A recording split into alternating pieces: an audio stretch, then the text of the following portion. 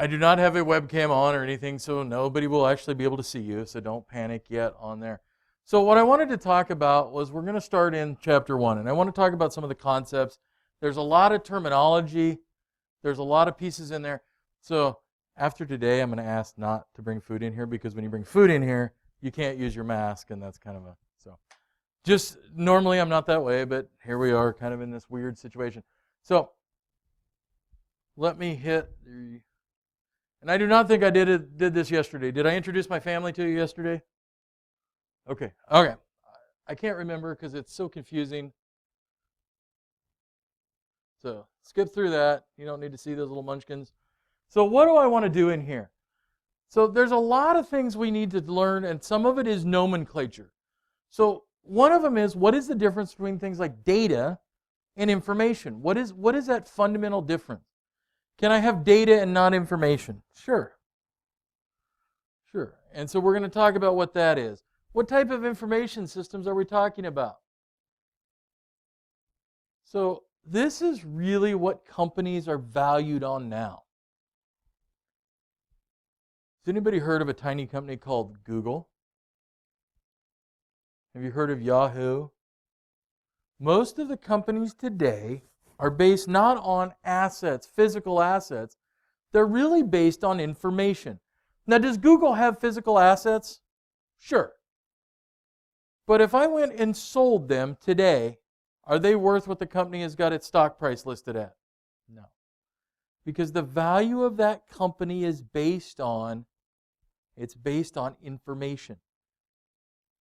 So we have to look at what the difference is between information and data. And it's pretty hard. Does anybody remember reading what it is?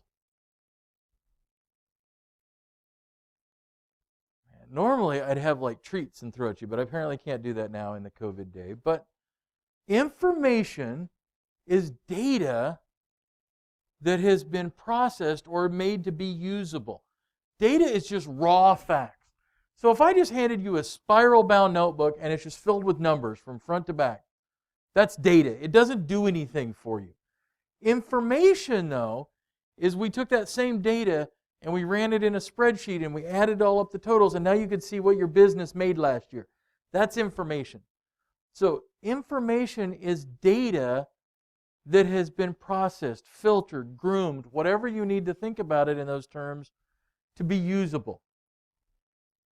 We can pull a lot of data about students. So I can pull data about everybody coming into Peru State College, and it would have ages, birth dates, but it's not really usable information. When I then start separating it, maybe I can make some useful information out of it. So our incoming freshman class, I get all of their data. So the first thing I get is whether they're male or female. And I have whole chunks of data, the male, female, male, female. Is that usable to me?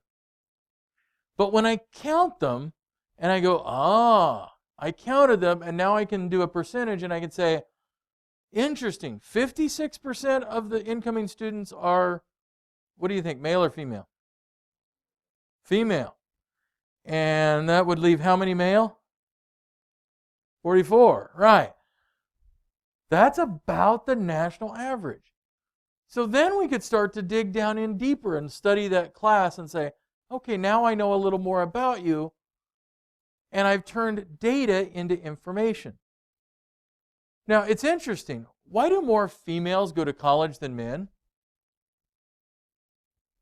Just say, because women are smarter. Because women are smarter? We don't really know the whole reasons why that. That's where we have a lot of data, but we don't necessarily have the reasons why yet. But when we look at undergraduates, it's about 55-60% of undergraduates in the U.S. are female.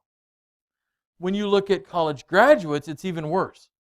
Because not only do less males go to college, less males finish college. When you look at grad programs, in some grad programs, it's 70 to 80% or more women. And when you look at PhD programs, it's about that same number. That's really kind of scary, isn't it? I think. Good? Oh, yeah. I think it's for men, it's scary. Why are men not pursuing education? In the U.S., are we really a company where you can go to work in a factory now without a college degree and just work the rest of your life and retire? No. We've become a more educated society. So what that says then to me is there's going to be a lot of men who aren't prepared for the world around them. To a certain degree, when you look at those numbers, there's probably more men that do go to trade schools. And I will say that going into the trades, you can be very successful. And I think those numbers are probably reversed. There's fewer women going into the trades. There's also a lot of other things we can pick out of there. So more women go into education versus what we might call hard sciences like, biology or chemistry or some of those. So there's a lot of nuances in there. And that data, once we start to extract it, we can find some interesting tidbits and try to figure out what's going on in the United States. We can look at all kinds of data about our freshmen. But it's really that, how do we transform those raw numbers into something that's usable? That data is out there for anybody to see and use. If you can find something that's valuable in it, so Google finds value in where you search on the web. So aggregate, here's all these places you go on the web, it finds value in that. How does it turn value out of that? What does Google do to make money? Does anybody? They have ads. They let you use their email and their services for free for the most part because they can sell ads. And they can better target those ads if they have not just that data, because they've groomed it into information and say, aha, I know these college students are all wanting to go out to the liquor store and buy Schlitz malt liquor. Ugh. Everybody should look.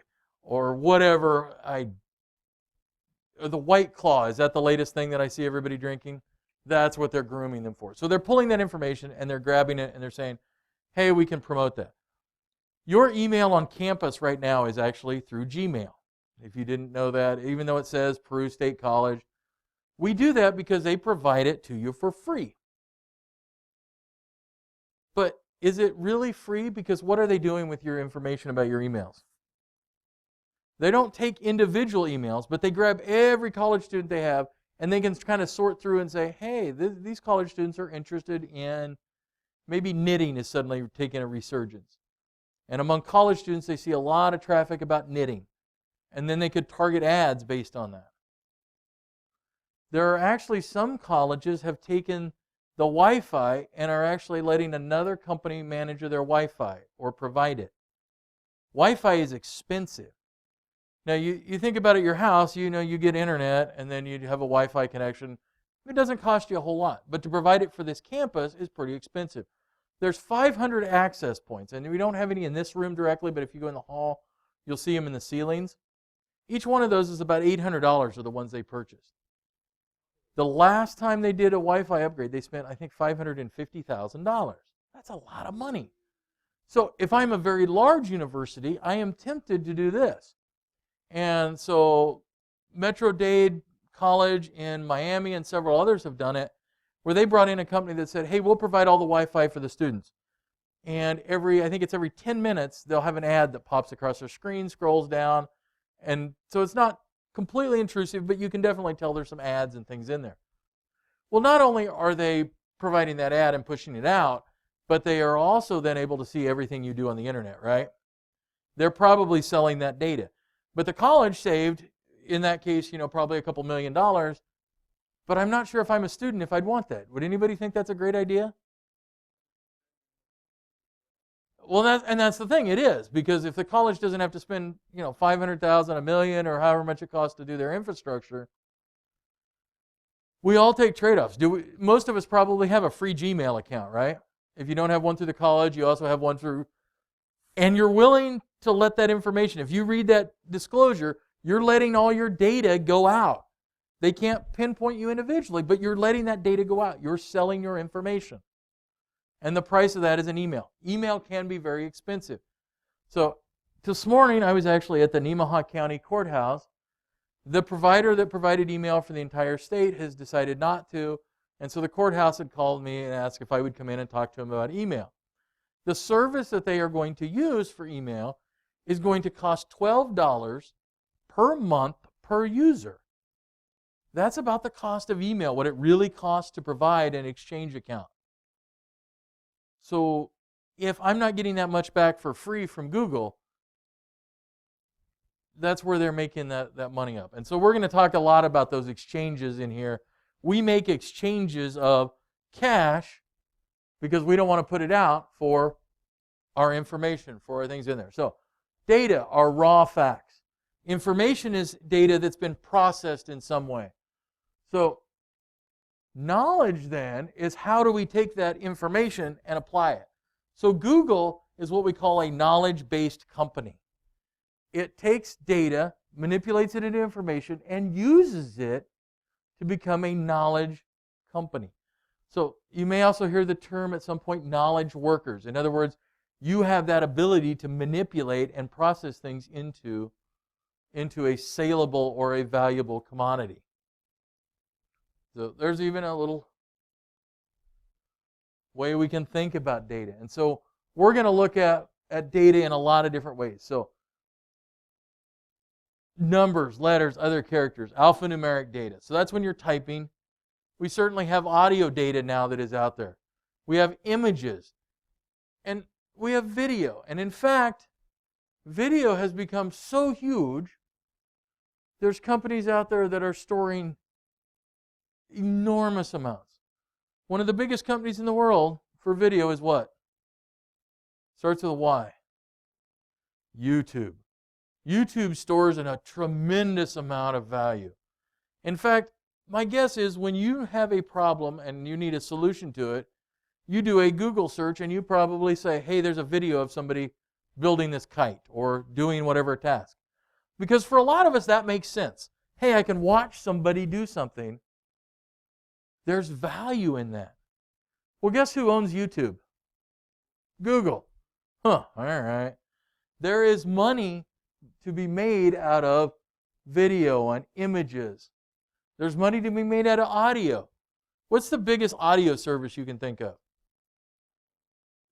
Apple Music, Spotify, Pandora. There's a whole lot of a Tidal. Their idea is to try to make money off of that. Here's the real weird thing because of licensing. Which company is the only one that's actually made money out of it? Spotify actually goes in the hole every month.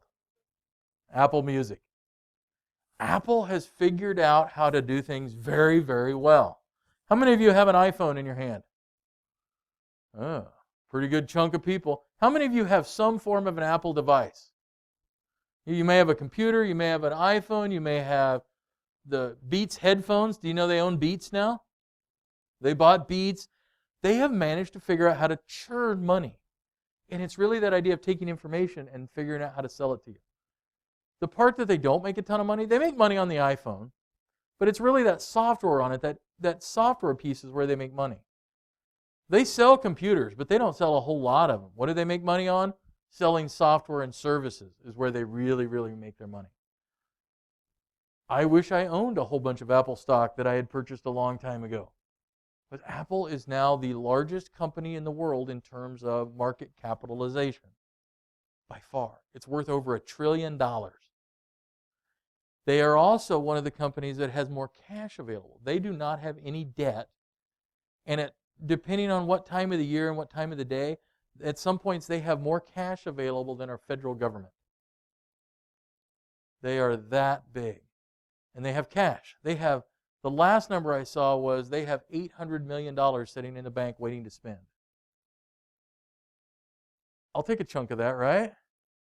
So if you're another company or a competitor to them, they can just go, chomp, here you go, you're mine. How do you compete with that? It really is difficult. And part of the ways they do that is by manipulating data into information. So this is just kind of a representative model.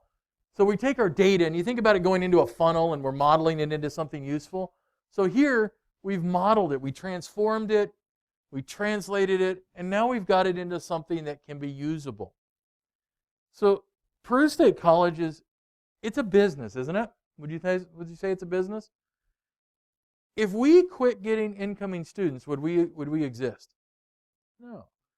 So can we take data and try to figure out what targets are and who do we start to manipulate and try to get to come to Peru? And it really is a manipulation.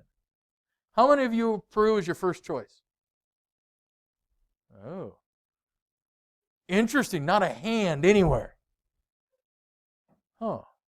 How many came to Peru because we targeted you with a marketing ad or something? Whether it's we had a coach recruit you. Some of you had that, right? Some of you got marketings. Some of you are here simply because we're the college in the area, right? But how do we know you exist? We took data out there about you and we said, hey, we can get it. So we offer scholarships for different things. We have academic scholarships. So if we talk about academic scholarships, most of you in high school had to take those ACT tests. You guys remember those? And it says in there, hey, you're going to take this test. So ACT Corporation charged you to take that test, right? And then we turn around and we pay ACT Corporation. We can call them and say, you know what, we need every student within a 100-mile radius that took the ACT test that had a cumulative score or between 24 and 28. And they will, for I think it's about 25 cents a student, give us a list of all those students that took it in that geographic area that had that criteria. So we can use that to market to our students. So as an example, what's the highest score you can get on the ACT? You're not sure? 36, I believe, is the high score. Although I know some of that's changing a little bit. So Peru is a great school. I love it here, otherwise I wouldn't. Do we get a lot of students with a 36? No. That's just not really our target market. So we want to market to where we can attract students, retain students, work with them.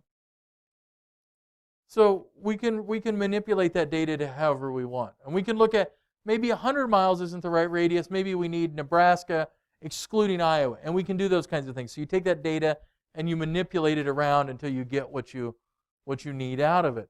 So we can then track things like responses and figure out how do we get this student to actually come to school. So information that's accurate is really important. So if you lied on your ACT and put down the wrong zip code, you may not get targeted by a college that is appropriate for your needs. Or some of you have done things, nobody in here I hope, when they said, you know, I'm not going to go to school. Mom and Dad are making me take the ACT, and I'm just going to Christmas tree it. You probably heard about somebody doing that in school. Is that information valuable and accurate? No. It doesn't really do much good at that point. So information that is accurate is really important. And one of the problems we have now is we have so much information, we're not sure what's accurate, what's not, and we need to figure out ways to parse that or organize it. So accuracy is important, even in little things. So does anybody here want to go buy a car at some point? Buy a house, and you have to go to they run something called a credit check. So you hope everybody that's putting information about you is correct. But is it always? What we found is almost every credit report has an error because people are putting in that data. Can that cost you a car, a house? What about a job? Most companies now require you to run a credit check to get a job. Why would they run a credit check? See if you're responsible. Great answer. Great answer. They want to know if you're responsible. So if they run a credit check and you've run up thousands of dollars in credit card bills you're not paying, do they want to hire you at a bank? Probably not. So if that's inaccurate and you don't realize it, it can be a problem. So many years ago, I'm in North Carolina and I had a check from the company I'm working for. And I was like, oh, I don't have a way to deposit this. And this was before mobile deposit and all these fun, funky things now. So I went into a bank out in North Carolina. I said, well, I'll just open up an account, put the money in it, and then eventually withdraw it or whatever, because I'm going to be out there for a couple of years at that point. They wouldn't open me a savings account. Now, I had a check for, I think it was 20 grand, which was, if you think about 20 years ago, that's a pretty good sized chunk of money. Now, it's not even a mid-sized car. And so I asked, I said, well, and they said, well, we ran a credit check. And I'm like, I have perfect credit as far as I know, but somebody had entered something wrong, and I had a whole bunch of hospital bills for Waukene, Kansas, So at least they had the state right, because I was permanently resident in Kansas at the time. And as it turns out, when I actually got the whole story, this guy liked to beat his wife a lot. She ended up in the hospital, unfortunately, and the bills were apparently trying to be sent to me. Great. On top of that, because they had somehow transposed my Social Security number, the bank out there had repossessed on him. So this was 1996, 97 probably. They had repossessed a 1977 Cadillac. So when you say hoopty ride, I am sure that I can just only picture it. And it took a lot to get that straightened out. But the weird thing was, that bank used one of 3 credit services, and there's 3 across the country. The other 2 that I had been normally used in other banks, they had never seen that. Because I had the normal, hey, I need to go buy a truck, here's a car loan, and those kinds of things. It had never showed up until I tried to open a checking and savings account. Yikes. So it was an interesting thing. So that's that idea of that data needs to be accurate. It needs to be accurate. And weird things will cause that to be off. I regularly have a problem. When you enrolled in this class, who was your instructor? Well, it was me, right? But what was the first name on there? Do you guys remember? It's Kenneth.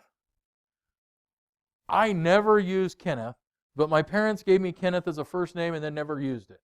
So now when I go to do things like we go to buy a house and I'm signing my name Bradley, they're all of a sudden like, no, your legal name is Kenneth. Oh, crap. Never mind. It's that accurate information. In fact, I had to run back up Monday night because we bought a house up in Lincoln. I had to run up Monday night because I had missigned a couple of title application papers, run up and re-sign them so they could file them with the county. Now, my guess is nobody else would have ever noticed, but it's just that weird, how do I make sure that life is accurate? So, information systems then. So, we know that we need to take data and we know we need to manipulate it, so we collect it. In other words, we take data in somehow.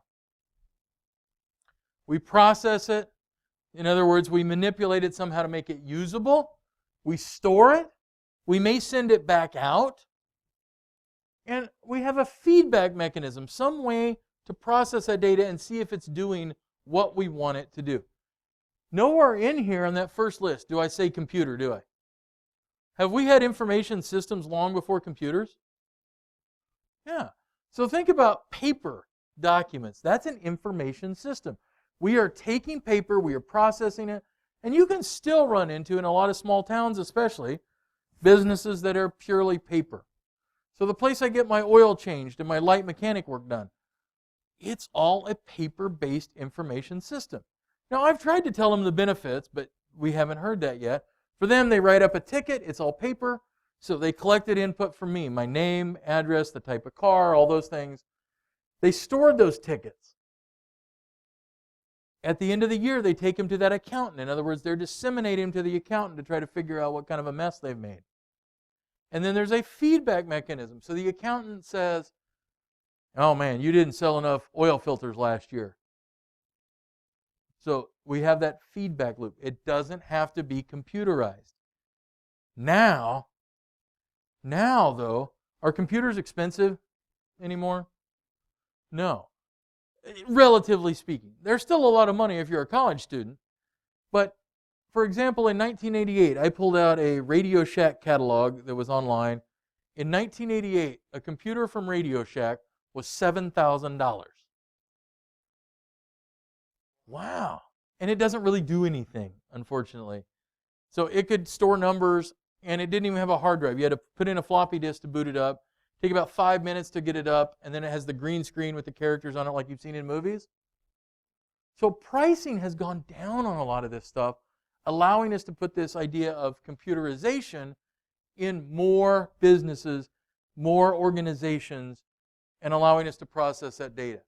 So a computer-based information system then is that same idea. We collect data, we process it, we store it, but it's all done with hardware, network, software.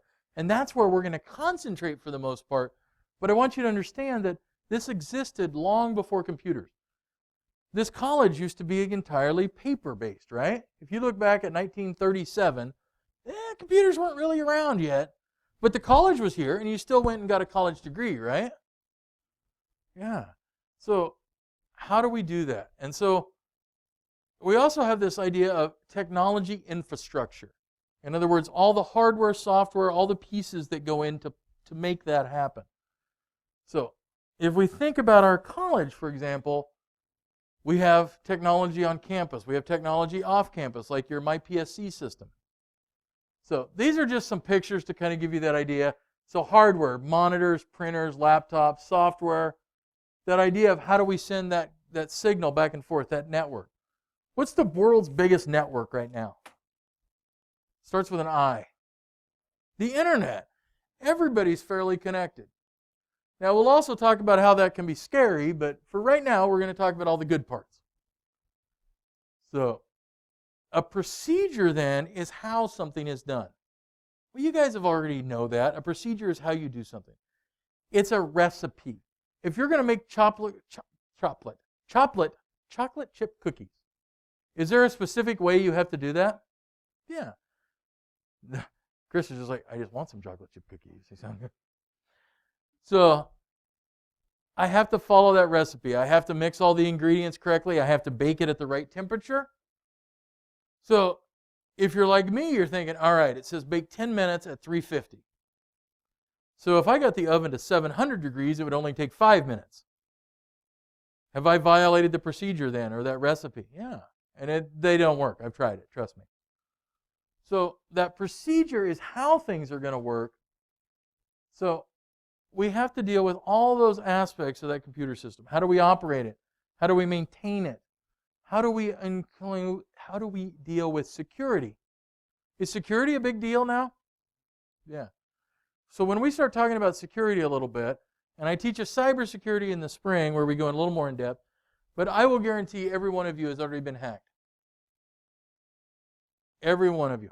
At some point, you have got information that should have been private is no longer private.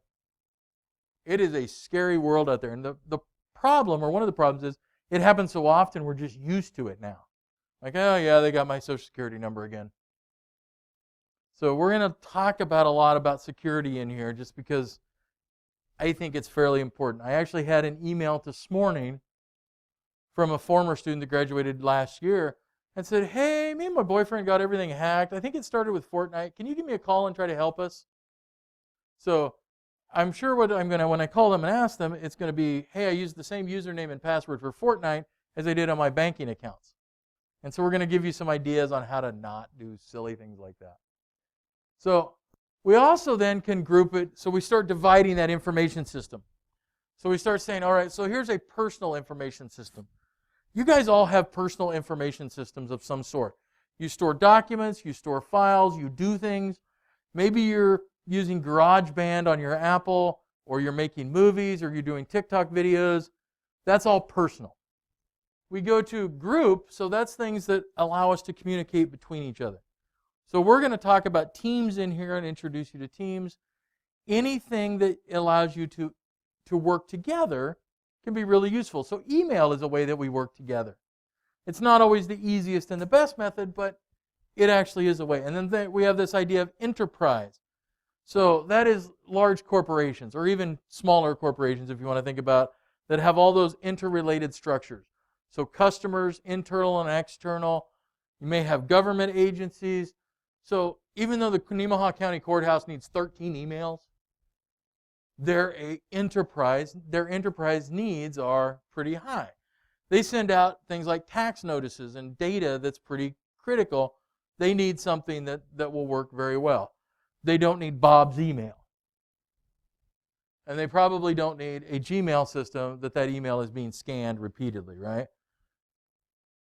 So for every one of those groups, we kind of look at the same things. So, do we have people that understand the system? Do we have support? Do we have teamwork that works better because we're all working together? How would you like to have to take a paper, print it, walk over to your neighbor, and say, here, can you mark that up for me, and then you have to fix the changes that way? How do we do it now? We send it through email. They look at it, your resume maybe you're going to send out, and they say, all right, these are the changes I need to make. We even have this idea of decision rights. Who can make changes? Who can make some of those changes? And that gets pretty critical in a business Who is allowed to make changes? So, and even sometimes you take decisions away from the boss. So when we talk about accounting, I know there was at least one accounting major in here. Yes, okay. So when we talk about accounting, does everybody get their hands in the pie of the accounting charts? Or do we delegate who does what and we have some checks and balances? Well, we have the same thing with this. So that hopefully there are some good decisions. Now, a lot of companies don't have that, and that's where we need to struggle and work. I have been to a lot of places I went into, and they have fired Fred 3 years ago, and yet Fred still has access into the system, into their email, into their business systems. Is that a way to do things? No. And so part of that is thinking through what are the ramifications, what are the possibilities? How do I deal with that? So there's some differences, and this chart is actually in that book. So I would encourage you to look at it. So we really look at what is a benefit. So improved productivity. If you had to type papers on a typewriter, has anybody ever done that before? Oh, Chris, I'm going to pick fun of you because you're a little older than the rest of them. How fun is it to use a typewriter? It is not. When I was in high school, we actually had, and now granted it was a smaller school out in the middle of Kansas, there were 2 computers in the entire school that we could use for things like papers. They were in the journalism lab. They were these Macintoshes that were this big with a screen like this, and you could type on those. Otherwise, you went into the typewriter lab. And in fact, our typewriter lab was half manual typewriters that weren't even electric typewriters. And from that to today is completely different. I can only imagine how those papers used to be. I can't even think back. It was horrible. Even in college, we had a few computers on campus when I went to college the first time. And doing Word documents and things was an entirely different aspect. Now, we sit down and we can draft out a letter really quickly. We don't have to memorize all those formats for what a letter is. That was one of the things when I went to high school. We had to memorize like how many lines you indent and which line goes here. Now what do? We go, here's a template, here you go. It's improved productivity. With teamwork, we have that increased collaboration so we can all work together better, hopefully. And then we have that enterprise. In other words, we want to monitor a company from end to end and be able to make that company as profitable or that nonprofit as effective as possible.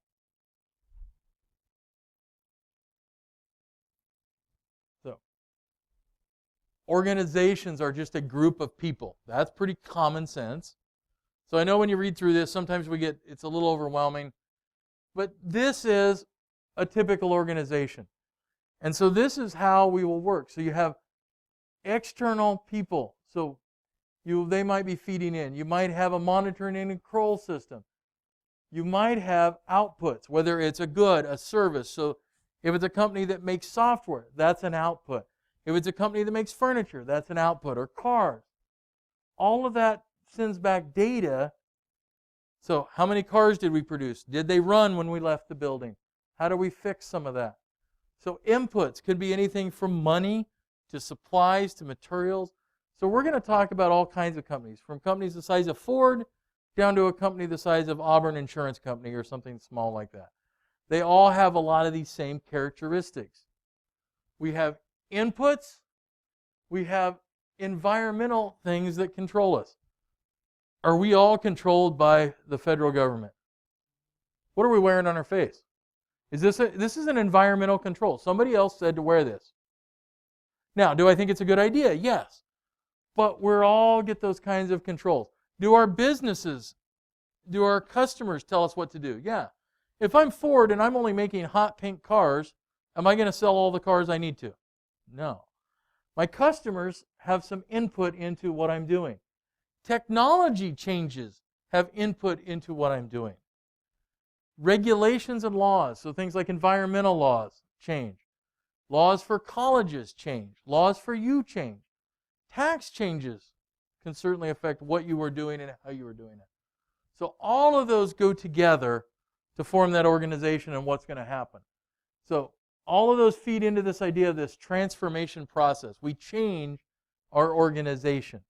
What happens to an organization that doesn't change? Unfortunately, at this point, they go under, they fail, they go bankrupt. And right now, how many companies can you think of that have went bankrupt in the last couple of years that are gone? When's the last time you saw a Sears store? Don't see many. What about Pier 1? Pier 1 gone? Yeah. What about Justice and Forever 21 and several other ones? They're going away quickly because they aren't able to transform into this new COVID environment, and some of them were actually going before that. We've lost a lot of restaurants. We've lost of businesses because they weren't able to adapt and change. And some of it was before COVID. Certainly COVID has made a big impact with a lot of businesses. So we need to look at how do we deal with that. And one of the things that you're going to see in here is something called a value chain. So it's a set of activities or a set of things we do that add value. So inputs to outputs and some hopefully create value. So the best example is a car manufacturer. When a car manufacturer starts, they have a pile of steel, right? And parts and things. And when it ends, they have a car. So every step along there, that increases value of that car. So if we pick on Ford, does anybody here drive a Ford? Only a couple? Oh, okay. Good, I'll make fun of you guys then. You okay with that? Yeah. So Ford actually is a company that is highly vertically integrated. And in fact, it used to be the hallmark for the most highly integrated company in the world. So Ford went to the point of they owned the iron ore producing facilities, they owned the mines, they owned the places that turned iron ore into steel, they owned the factories that made the glass, they owned the factories that made rubber for the different components, they owned textile mills, they owned every component from the making of that car, from completely raw materials all the way out to the end. And what they found is that was not the most efficient way for them to produce cars. And they've actually come back off of that, and they've sold off a lot of those businesses. Have you guys heard of a term called core competency in your business classes yet? So core competency says, I want to do the thing that I do best and concentrate on that. And so that way we break up those companies. So each piece of that then is a value chain. In that supply chain then, now Ford has companies that they call and say, hey, I need windshields for my Ford Mustang. And they provide them. That's part of that, what we call a supply chain. So they order in windshields. They order in brake rotors. They order in all these parts to assemble a Ford Mustang. Is anybody in here, you get Ford Mustang? Nope, Ford Mustang? It is? Oh, perfect. All right, so Ford Mustang is kind of a cool looking car, right? It all comes from parts from different manufacturers. That's all part of that supply chain. What we have to manage then is what's called supply chain management. How do I manage all of these parts and pieces and getting to the factory at the right time, in the right quantities, that they are appropriate, that they don't have defects? That's that idea of supply chain management. And that we have really computerized. Other companies use it also. Has anybody shopped at Walmart? Because you had to, not because you wanted to, right? Walmart is a big company. They have vendors coming all over dropping off materials and supplies. They manage that supply chain very, very quickly, very efficiently to get the cost down. They also manage the supply chain all the way to the part from the minute you check out at Walmart, 15 minutes later, it's all down in Bentonville, Arkansas, and they can see what that store has sold so that they know what to reorder. That's part of that evolving supply chain management. So you go in and you buy laundry soap, and they already have that checked off the box, getting ready to order. So it's very efficient, and it's in some cases good. I will say I have not been in a Walmart since March, and I do not miss that either, though, just to point that out. All right, so this is that idea of another way to look at it. So we have inbound pieces, we have operations, outbound. So in other words, we get raw materials, we build something, we put it together, we store it, we ship it, we advertise it, all the way to customer service. Everything is in that supply chain. if it adds some form of value, either positive or negative, it's part of that supply chain. And generally, these are all then linked in some kind of information system. So that customer service keeps getting reports that the Mustangs are not wanting to start. And they can go back all the way to operations and say, hey, there seems to be a problem with this number of cars, and this are the model numbers and the serial numbers. So these value chains, it's really how we link from raw materials all the way out to finished goods, and it's all done through information systems and being processed. Whether it's paper, so if you run a grocery store and you're making a paper order, or it's automated, that's the way we move all this. It's an information systems, and we call it a value chain. So we have a lot of other terms in here that we need to deal with. So innovation. You guys have all seen the world change around you. And in fact, I think in the next few years, you're going to see even more. So would you say a Tesla is an innovative product? Is it different than a gas engine car? And if you go to LA, didn't I have somebody from Long Beach or somewhere out in California? Yeah. So if I'm in LA and Long Beach in that area, do you see a lot of Teslas and electric cars? So, in fact, we're going to say probably that it's a disruptive, and we'll talk about what the difference is there, but that innovation, something new and different. So it's changing that market. It's changing that firm. The phone in your pocket has an innovation. It's changed. It used to be you had to go to somebody's house and pick up a phone and dial it. You didn't all have a phone with you. So that's changed too.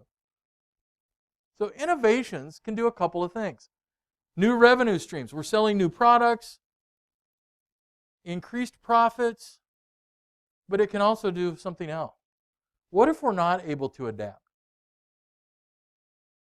So what about the market for home phone lines? Is there a market for that anymore? Do most people even have one? So if I generated all my revenue from home phone service, am I in trouble?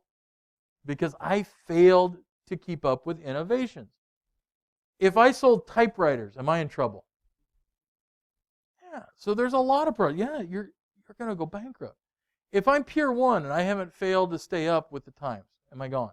If I look at Sears, Sears used to have a catalog. Sears used to have these wonderful stores. With the right management, I think Sears would be where Amazon is today. And yet, they screwed that up because they weren't willing to innovate. And before they went completely bankrupt, and I think there's still a couple of, maybe 4 in the country now, their website was horrible. If you ever went to it and tried to order something, it was terrible.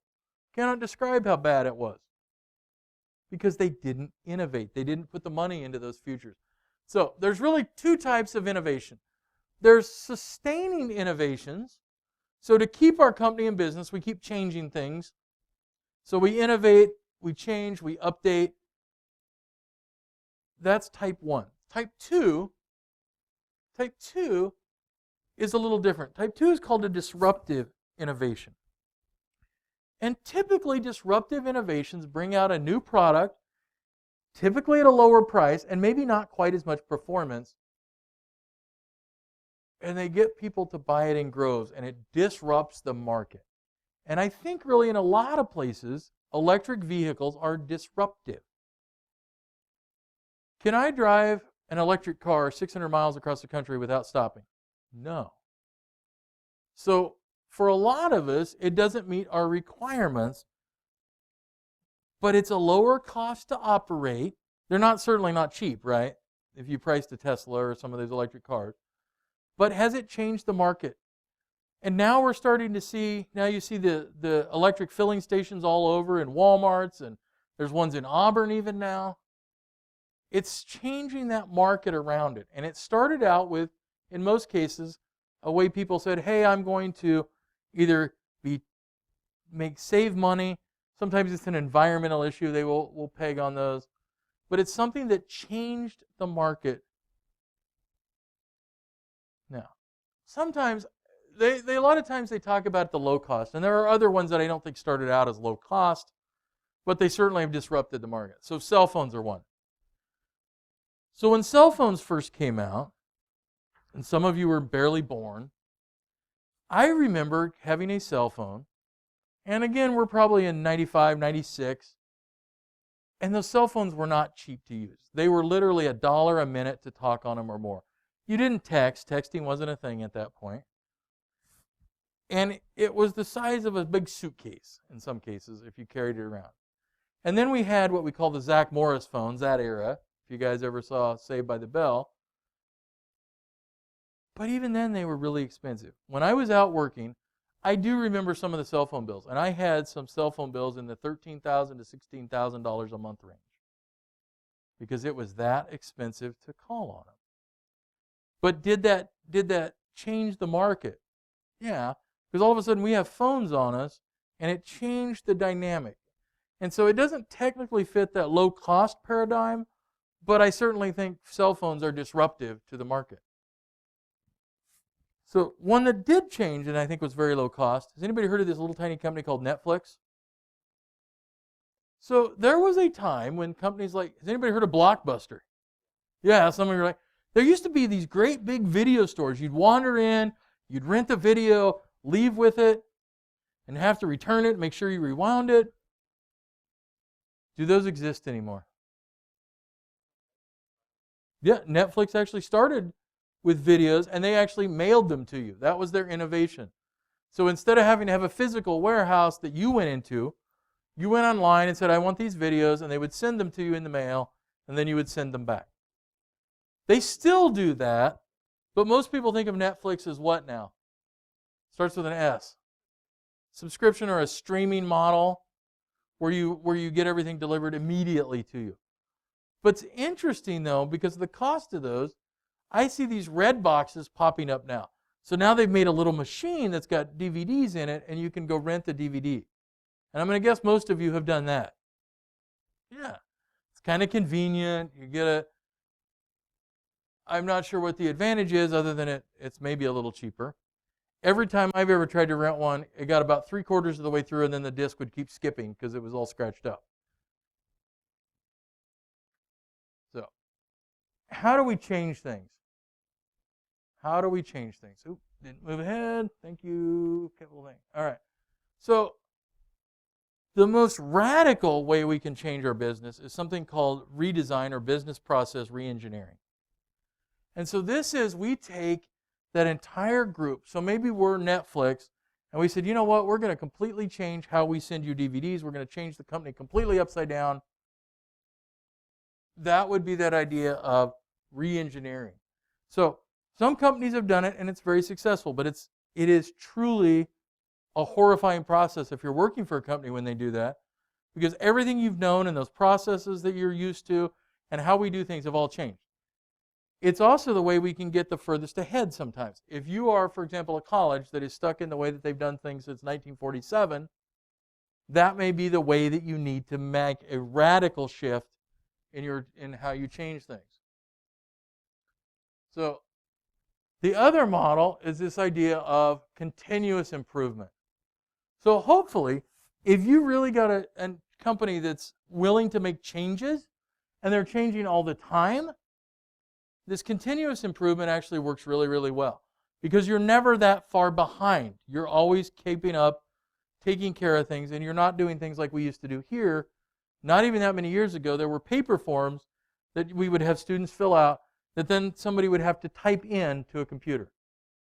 It was very horrible. And so we've hopefully got rid of them. But we're looking for gradual improvements, and it's a lot of times led by the workers. Those people that are doing it, they realize that this is stupid, that they're filling out a paper and then typing it in. And so they came up with the idea, hey, why don't the students do that on a website themselves? Duh. So there are changes, and we have to be aware of how those two work. Because those are kind of the big implementation sides.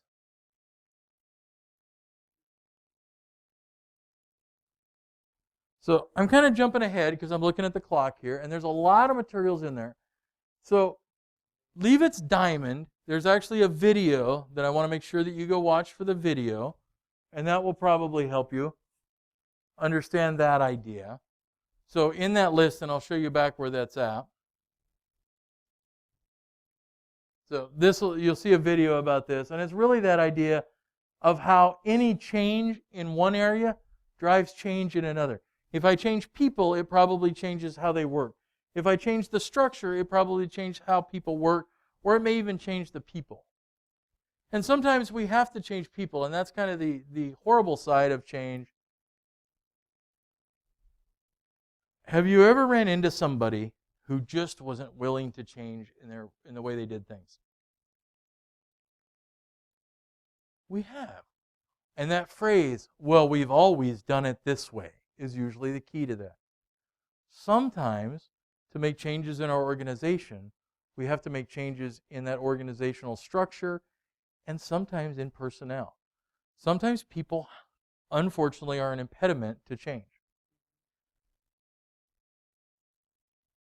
There are times we all get stuck in our thinking, but I hope you guys are all willing to think about, hey, this is what I need to change, this is what I need to do. So there's a lot of different models. So the diffusion of innovation theory.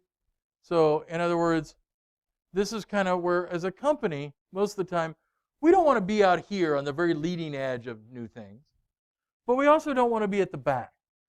So somewhere around here in this early majority, because things can certainly change. We could say, hey, our company's all going to adopt Teslas for cars to drive out to go service customers. And then Tesla goes bankrupt. What is that going to do to our model? But if we're in here and we say, oh, all right, now Ford is making electric vehicles, and they're a much bigger company in terms of size and stability. Now I feel a little more comfortable using those vehicles. So if you're a company, are you going to go spend $60,000 on a Rivian pickup? Has anybody ever heard of the company Rivian? Oh. So they're building electric trucks they're not quite out yet, but it's a brand new company you've never heard of. Are you going to be willing to go out as a company and spend a lot of money in that? Probably not. But if it were Ford or Chevy or something, you might be willing to do that. So this is kind of a list of those, and you can look at them. Laggards, those people who are very conservative, they don't want to change anything. You'll walk into those offices and you see a lot of paper. So if you go into a small town, you can find a lot of those businesses. They don't want to make changes. They're still doing things the old-fashioned way. They're not usually very efficient. So on the other hand are risk takers, those willing to go out first.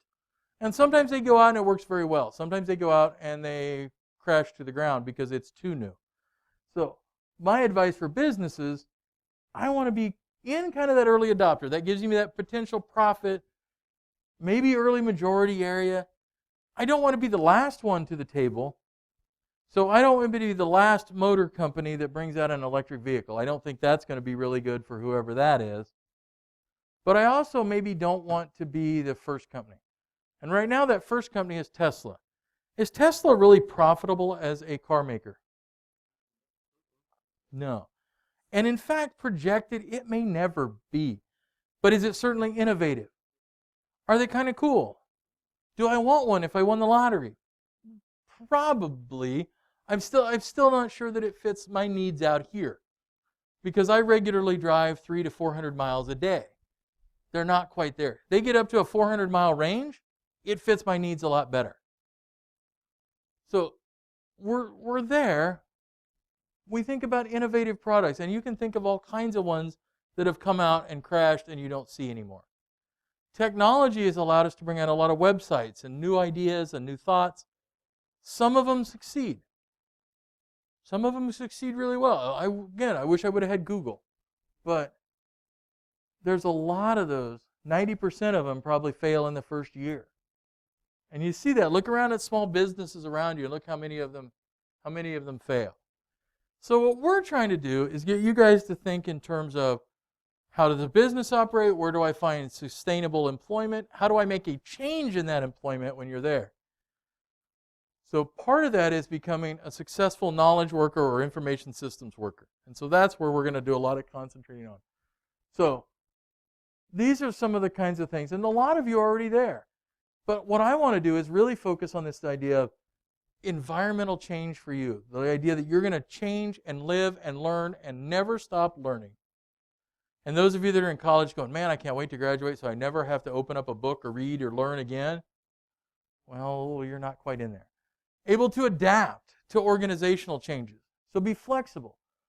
Being able to work in teams, and especially teams that are remote, in teams that are multicultural, teams that are across the globe, I think is becoming an important skill. And I think if you don't have that, it's going to be a little harder for you. So, analytical and decision-making skills, good communication skills, I think are also going to be key. In a lot of cases, that's written skills. But one thing I will say, those of you that are bilingual or trilingual or more lingual than that, power to you, because you guys have a really big advantage on those of us who can barely speak English on a good day. There really is a lot of advantage to that. Meeting deadlines and being able to solve those unexpected problems. And we're going to talk a lot about those in here. How do I solve those unexpected crises that happen? And being able to have that head on your shoulders and say, all right, I am going to do XYZ because the internet's all down and here's what I can do. So technical skills are really important. When employers come and talk to us, that's one of the number one things they ask about is technical skills. Can you guys do Excel? Can you guys use a spreadsheet? Can you do work with a database? Can you do these SQL queries? Can you do all these kinds of things? That's what they ask about. Because when you graduate college, they anticipate that you're going to have all these technical skills. So, not just able to go on Facebook, although actually apparently Facebook now is for old people. Whatever latest social media platform, which is probably TikTok. Yeah. I don't get TikTok, but that's okay. So, you're going to be able to analyze data, technical support. So you may not be the person actually fixing everything, but you're that go-between between the large company that supports you and you're on the phone with them and you're on the computer trying to fix what they're telling you to, being able to tell them what's going on, what's wrong, why is something wrong. Auditing systems to look at security and think about security as a holistic measure.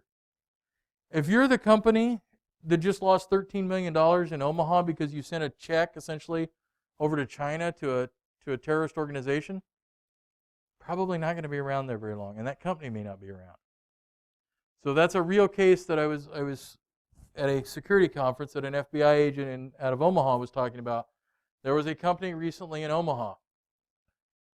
They spoofed the CEO, the head of the company's organization's email, and he sent it to the chief financial officer in email and said, hey, and they had scanned this company really well because they were really going to do a Chinese expansion and build something in China. And he said, oh, this has got to go through really now. We've got to get these permits, and it looked very legitimate, and had a wiring routing number, and this company wired $13 million to a routing number supposedly in China. That money was gone instantly. How long do you think that guy had a job? Yeah, about the same length as that email. But it wasn't just him. It was other people also lost their jobs because they weren't approaching security holistically. So people in the IT department lost their jobs because they weren't providing. And now some of those are probably what we call scapegoats. In other words, they had no responsibility in it really, but they're getting blamed for it afterwards. So those technical skills and being able to think about those technical things holistically. So if you're in a company and you see something, you go, man, that security-wise, that doesn't seem right that we're handing out our PowerPoint slides to the competitors. Those kinds of things. Or we're giving our email. So other things. Web design and development skills. Well, hey, guess what we make you guys all take is really a web design class. Are you probably going to be their primary web designer? No, but you have to at least know to interact with the web design companies that they hire. We just are upgrading our website and changing it. That's about $180,000 we're spending on that. And if you would consider us, we're kind of a mid-sized company, really. So if you're in Omaha and you're designing a website for a business that's going to have traffic and things like ours does, that's probably about the price. So if you don't have those skills to interact, that price is going to go up, service is going to go down. You have to know enough to be able to interact with those kinds of things. It also is an area where jobs are really landing at. So especially in the really technical fields, this is low, quite frankly. That is low. There was just a job at Cooper Nuclear. Now, you'd had to have some experience, but they were looking for an information systems manager / security person. That salary started, I believe, just in the ad at $12,000 a month. So some of these are actually been driven up by demand. Especially, the weird thing is COVID, the one area it's really had really good response in terms of jobs. If you're a specialized IT person right now, specializing in like remote distance learning and those kinds of things, your salary is going way up because you're in demand, right? So all of these kinds of areas in computers are going up. Cybersecurity. The federal government says right now that they are going to alone try to hire 800,000 security professionals. That's just the federal government. And so what happens is they'll go to Cooper, they'll get another couple of years in experience, and then they'll go get hired somewhere else at $200,000 a year instead of $150,000. So they're up. The other factor in this right now, especially with COVID, is we're not able to bring in people with some of those skills that we were technically before bringing in on H-1B visas and other things. The ability to bring in people from overseas is going down. So the demand for workers is going up. So technical skills, but where people make the most money in there, or they're best successful, is they're not those people that can only speak and geek, if you want to think about it that way, but those people that can also talk to, let's call them regular humans. And if you're able to communicate that, that really is a skill. So when I went to the courthouse today, and I said, well, all the products we're going to sell are IMAP, or that you probably need to use. Do you think they had any clue what IMAP or POP3 or Exchange Protocols or any of that was? No. They just looked at me like, tell us what we need. And that's where there's a lot of demand, is for those people who can kind of work as translators between there. So there's a lot of demand in that. So these are just some of the careers in information systems. And I know some of you have other items. So, for example, I'm going to pick on you because I know you're going into accounting. You're doing the CPA or the CMA? Are information systems going to be critical for your job? You're not going to be doing the T accounts and the T accounts anymore. And that company, whether you're doing part of it or whether you're hiring it, is going to need almost all of these. So everything from a data center manager, help desk, database administrator, chief information officer. If you're going to work for one of the big five, is that your plan? No. Okay, never mind. Are you going to work at a small company? You're going to run your own company? Maybe someday. So you're going to be all of those if you run your own company. So you at least have to know enough to go, man, I don't know enough about information security risk. I have some ideas. I should probably hire a company to come out and do an information assurance audit for me and tell me what I need to know. But again, if I don't have enough basic knowledge, they're going to tell you, you need to do everything. Hey, you don't know anything? $100,000. Let's start with you. And that's the way, unfortunately, it really is going to work. Same way with a programmer if you hire a web designer. If you don't know enough to interact with them, you're going to be in a little bit of trouble. So the other pieces then, we can get the CIOs, ISOs, those kinds of people. So there's a lot of them that are out there. It really is a popular field. Now, I know some of you are already set in your careers, but there really is a lot of IT needs, whether you're doing all of it, doing part of it, you're owning it, you're a piece of that corporate cog, however it is you're involved in an organization, IT stuff, information systems, isn't going to go away. And so if you can provide input and be the lead in that, you become a more valuable employer or employee. And invaluable employees tend to stay around longer, and they tend to make more money. Now, I know we're all in here because we all want to just not make any money and never be able to pay off student loans, right? No. You guys want to go out, be successful in your career, be able to do the things you want. And at some point, you reach a level in your career where you get to do things that are kind of fun. And I know that's kind of weird. Work is not always fun, right? So sometimes, though, you get to. I love what I do most of the time. Not sure about the mask, but I love coming in and talking to you guys, getting you to learn things. Could I probably make more money if I went into corporate IT somewhere or applied at Cooper? Yeah. But I make enough that I can do what I want to do, and part of what I do want to do is share that information with you guys. So, what we need to do today, let me get back into our... So, there are a set of videos through here and reading. So you need to make sure you've read chapter 1. You need to make sure you have read all the way through there. Because I know that this week we're going to be a little crazy, I'm actually going to probably push that test back to next week because I know I'm not able to share as much. So I would like you to get all the way down through here, and I'm going to slide that test into next week, if that makes sense, because you don't have to take it. They're not really that hard, but I know that there's a lot of material we're shoving at you, and I wasn't quite frankly sure how this semester is going to go. It's interesting. We got to waste time at the beginning, time at the end, and we're sitting here in our mask, and I'm not sure that everybody's able to concentrate like we normally do. So on next week, on Monday, we're going to finish up our discussion of chapter 1. But I'm going to drive it from you guys. So be prepared to answer questions. I know it's hard. It's scary. I really won't rip anybody's head off if you answer something wrong. And there may not be any wrong answers, because a lot of this is, how do we provide you the services you need to go forward in the future? So make sure you've finished and read all of chapter 1. You've went through all the videos, and you've done the reinforcing things. The crossword puzzle I have found doesn't always work depending on which browser you're using, and it's not graded anyway, but it's kind of a handy way to learn terminology is things like crossword puzzles. The more times you go over things, the more it gets embedded in your brain. Yeah, only the unit test out of this material. And then there is this discussion board that you should have already turned in. That's graded also. Yeah, no, it's open book. You can do, yeah. Now, I have no way to stop that, so I want you to use those resources. If you find something and you copy and paste it, then I'll probably yell at you. Don't do that. Use your own brains in there.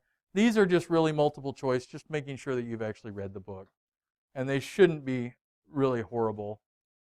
But I want to make sure you've read the material, looked at the material, and listened to what we're doing in here.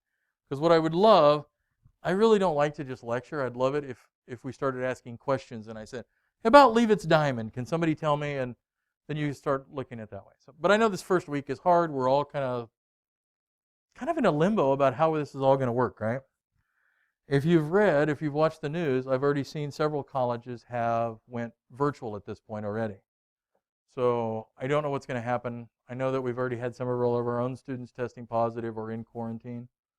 So just be careful. Don't go to giant parties. Everyone I see where a college gets shut down, it's from, hey, all the students were at this big giant party. No parties this semester. All right, let's get out of here. I will see you on Monday, and we will start in again. All right, have a safe weekend if I don't see you again before then. Some of you get to see me right away, though. So. All right.